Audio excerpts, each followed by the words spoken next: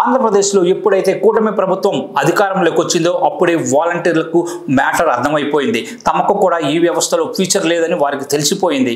అయినా సరే ప్రభుత్వంపై ఎక్కడో ఉన్న చిన్న ఆశతో ఇన్నాళ్ళు ఎదురు చూస్తూ వచ్చారు. కానీ ఇప్పుడు కూటమి ప్రభుత్వంలోని ఒక మంత్రి చేసిన ప్రకటనతో సీన్ మొత్తం రివర్స్ అయిపోయింది. పిక్చర్ స్పష్టంగా కనిపిస్తోంది.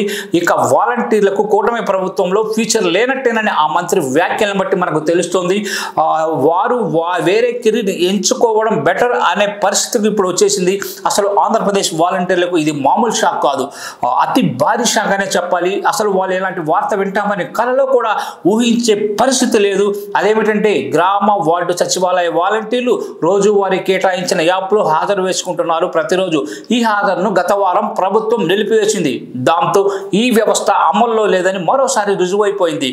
వాలంటీర్ వ్యవస్థను వైసీపీ ప్రభుత్వమే రద్దు చేసిందని ఇటీవల ఏపీ శాసన మండలిలో మంత్రి వీర బాలాంజనేయ స్వామి తెలిపిన సంగతి కూడా మనకు తెలిసింది.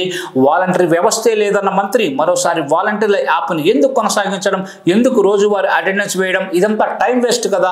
ఈ వ్యవస్థ లేదని జూన్లో అధికారంలో వచ్చినప్పుడే చెప్పి ఉంటే వాలంటీర్లు వేరే దారి చూసుకునేవారు కదా.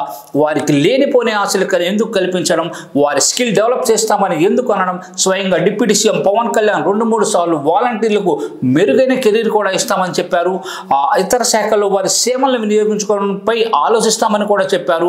అసలు మనుగడలో లేని వ్యవస్థ పట్ల ఇలాంటి ప్రకటనలు ఎందుకు చేయడం? ఇలా మంత్రి వీరాంజనేయ స్వామి ప్రకటన చేసి కూటమి ప్రభుత్వంలో ఇతర మంత్రులకు అధికారులకు కూడా ఈ వ్యవస్థ రద్దయిందని తెలియకపోవడం కూడా చిత్రంగా కనిపిస్తుంది. ఇక ఇప్పుడు వాలంటీర్లు ఇంకా ప్రభుత్వంపై ఆశలు పెట్టుకోవడం పరమ వేస్ట్. దీనిపై ఇన్నాళ్ళు వైసీపీగా మౌనంగా ఉంటూ రావడం కూడా ఆశ్చర్యకరమే. మొత్తంగా వైసీపీ చేసిన పెద్ద తప్పు వల్లే కూటమి ప్రభుత్వం వాలంటీర్లకు జీతాలు ఇవ్వట్లేదని కూడా స్పష్టమవుతోందని తెలుస్తుంది. ఇక ఇప్పుడు వాలంటీర్లు వేరే కెరీర్ వేరే ఉద్యోగాలు ఎంచుకోక తప్పని పరిస్థితి వచ్చేసిందని టాక్ వినిపిస్తుంది. మరి దీనిపై వాలంటీర్లు ఉద్యమ బాట పడతారా లేదా కాంప్రమైజ్ అయ్యి వేరే ఉద్యోగాల్లోకి వెళ్తారా అనేది మనం చూడాలి.